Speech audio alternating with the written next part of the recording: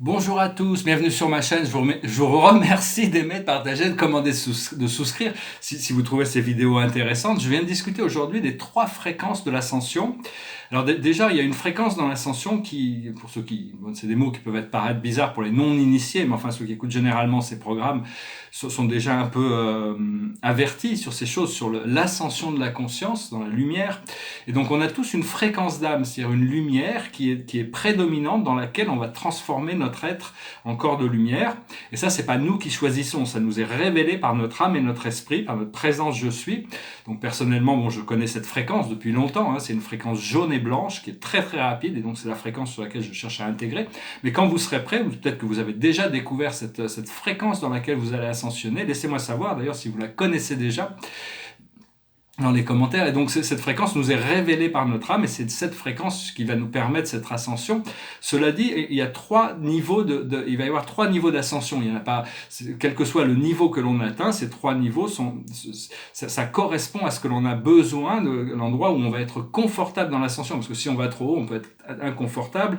Donc on doit se placer dans la fréquence qui est appropriée pour nous, qui va créer un socle éternel, un endroit où on pourra éternellement trouver cette satisfaction permanente de notre connexion à tout ce qui va nous permettre après de grandir à partir de là. Alors ces 3 fréquences, c'est la fréquence violette, la fréquence magenta et la fréquence rose, c'est-à-dire qui augmente en fréquence. Donc, bon, c'est des choses qui vont arriver. On se prépare pour un grand flash solaire. Hein, là, au solstice, ça va être vraiment une élévation extraordinaire qui se prépare. On doit merci au soleil de nous assister dans notre ascension.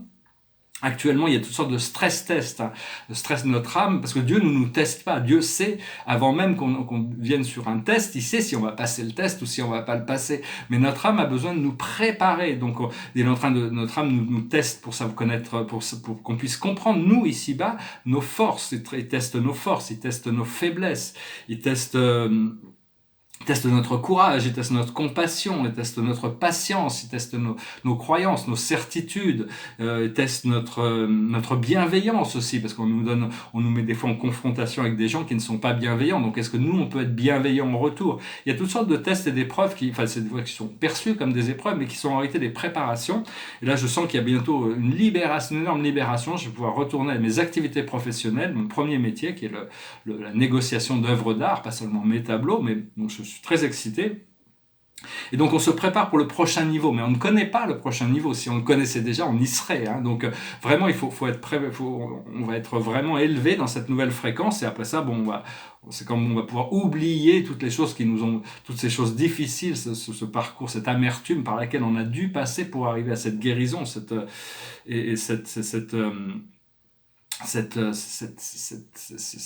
procédé qui nous a amené. Tout a été éducation. Et donc, parce que bon, on a déjà des aperçus, on sent déjà, on a déjà eu, pour ceux qui ont fait ce travail spirituel dans la méditation, écouter ses rêves, écouter son intuition, écouter sa guidance intérieure, on a tous eu des aperçus, on a déjà été informés d'un grand nombre de choses, mais c'est pas pareil que quand on y arrive, c'est-à-dire que planifier des vacances et se retrouver en vacances, c'est pas la même chose. Hein. Donc il faut équilibrer entre le travail, le divertissement et le repos. Et le but, c'est d'arriver à l'unité avec l'un. Au plus on va pouvoir s'harmoniser avec l'un pour pouvoir tout entendre, tout voir, tout sentir, tout connaître, tout aimer, tout partager. C'est un rêve extraordinaire, cet être universel, devenir un avec notre source, notre créateur. Et donc je vais tirer quelques cadres, j'espère que ce message résonnera avec vous, c'est-à-dire que c'est d'arriver déjà à savoir dans quelle fréquence on doit ascensionner, c'est-à-dire quelle est la fréquence la fréquence de lumière dans laquelle on doit intégrer, on doit intégrer toutes les fréquences de lumière, les 12 rayons 12 rayons, la lumière polychromatique du Père et de la Mère Dieu. Mais il y a une fréquence qui est dominante en nous, c'est la fréquence dans laquelle on travaille. Et après ça, votre esprit vous révélera si vous allez ascensionner dans la lumière violette, magenta ou rose. Donc ça, c'est des choses qui vont se révéler plus tard. Hein. C'est-à-dire qu'à chaque niveau obtenu, même si on ascensionne dans la lumière violette, on atteindra la lumière magenta, et éventuellement on atteindra la lumière rose, de l'amour inconditionnel, divin de la Mère. Mais on peut déjà invoquer ces couleurs, ces flammes, ces fréquences de lumière. Hein. On doit continuer à ouvrir notre troisième œil et pour pouvoir aussi se connecter à l'intérieur, pour mettre de la lumière à l'intérieur. Alors la plus haute sagesse pour nous aujourd'hui, c'est les limitations. On doit se débarrasser des limitations. On doit accepter, même s'il y a des limitations qui existent encore, notre esprit n'est pas limité en réalité. C'est juste ce monde physique qui est limité. Alors que notre esprit, lui, doit dépasser toutes ces limitations. Ce que l'on doit comprendre, c'est l'association avec notre Créateur, la source, être partenaire avec Dieu, avec le Créateur. Une fois qu'on est connecté avec cette présence de la source, la présence du divin, avec nos guides, on est assisté pour toutes les choses qui sont en dehors de notre pouvoir, mais il y a des pouvoirs de manifestation, des pouvoirs magiques. L'esprit n'arrête pas de me parler de ces pouvoirs magiques qui arrivent, ça va être absolument extraordinaire.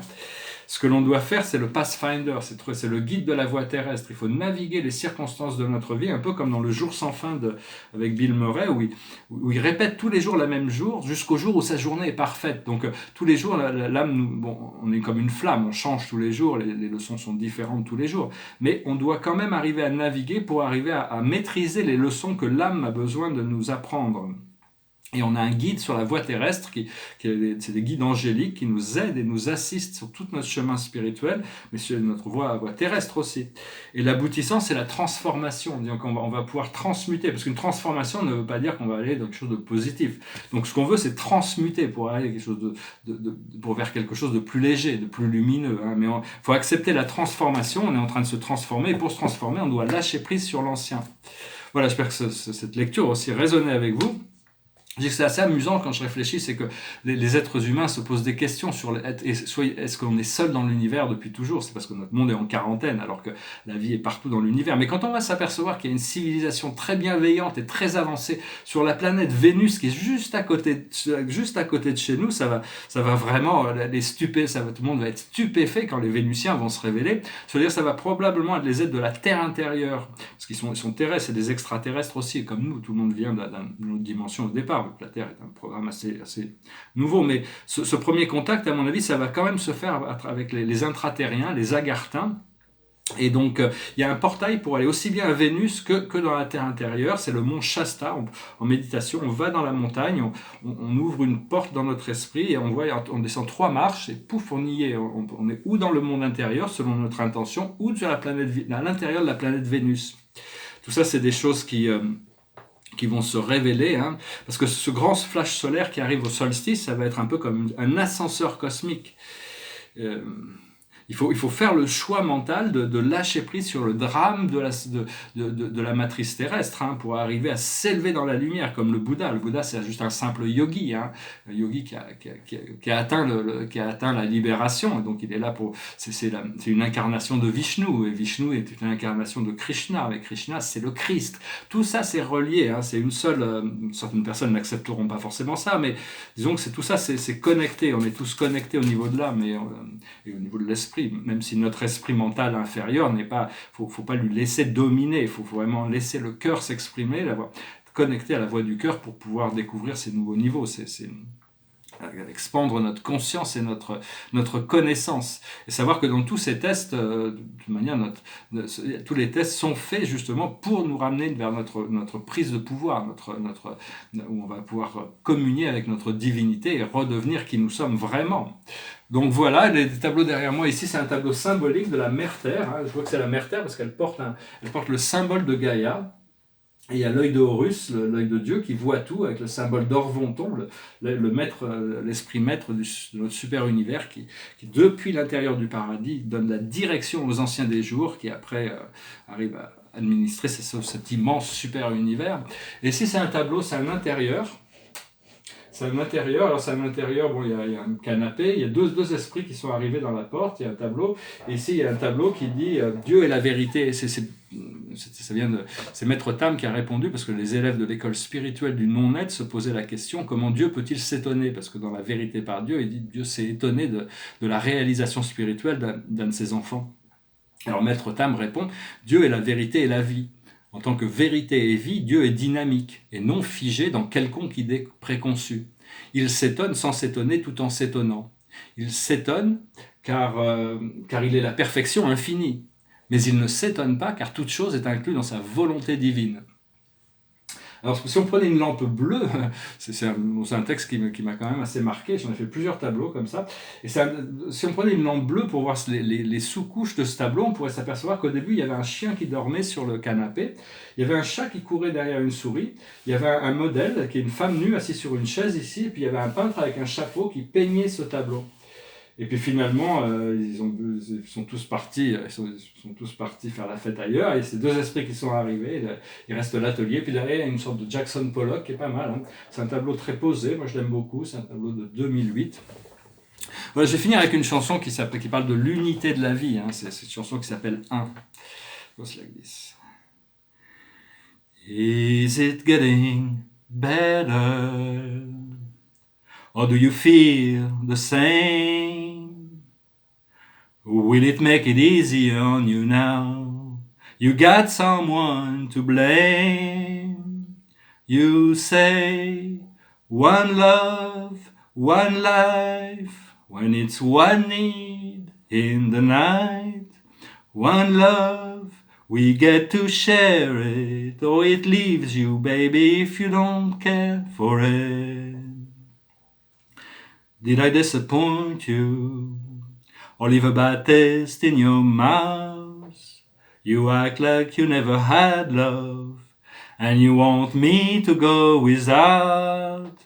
Well, it's too late tonight to drag the past out into the light. We are one, but we're not the same. We get to carry each other one. Have you come here for forgiveness? Have you come to raise the dead? Have you come here to play Jesus to the lepers in your head? Did I ask too much? More than a lot? You gave me nothing, now it's all I've got. We are one, but we're not the same. We're hurt each other, then we do it again, you say. Love is a temple, love a higher low. Love is a temple, love the higher low. You ask me to enter, but then you make me crawl. I can't be holding on to what you got when all you got is hurt. One love, one blood, one life. You got to do what you should. One life with each other, sisters, brothers. One life, but we're not the same. We get to carry each other one. Ah, super chanson de... C'est U2 qui chantait ça, originalement. J'aime bien la version de R.E.M. aussi. Il y a plein de gens qui l'ont chanté, cette chanson. C'est une chanson... Enfin bon, je sais pas, j'en ai pris une, d'ailleurs, pour finir en musique. Alors, la carte de la journée, c'est l'échange de cadeaux. Hein. L'échange de cadeaux, c'est vraiment, c'était ma carte de la journée aussi. J'en tire une des fois le matin, quand je me lève, je dois monter mon café. Quand je n'ai pas trop de courage, je bois le café des fois. Alors, c'est la loi de donner et de recevoir. Devise, concession, mesurer le coût et déterminer la valeur. Vous entrez dans une période productive et enrichissante où vous sont offerts toutes les chances imaginables. Vous avez tout ce qu'il vous faut pour les saisir. Mais pour leur faire honneur, vous devez y mettre le temps, échanger votre expérience et votre expertise, et vous donner cœur et âme à ce que vous entreprenez. Vous pouvez le faire. Vous avez ce qu'il faut pour réussir si vous vous alignez avec la loi du donner et recevoir. Vous devez entrer dans la danse et donner et prendre, pousser et tirer, faire et être. Si vous laissez la peur influencer vos choix, vous risquez de vous retrouver épuisé et créer un déséquilibre. Ce n'est pas le temps de faire. Utilisez intelligemment votre monnaie d'échange et prenez conscience de la valeur que les autres ajoutent dans votre vie. Voilà, hein, je pense que c'est un bon conseil. Je vous souhaite une excellente journée, je vous remercie, je vous dis à bientôt, namasté.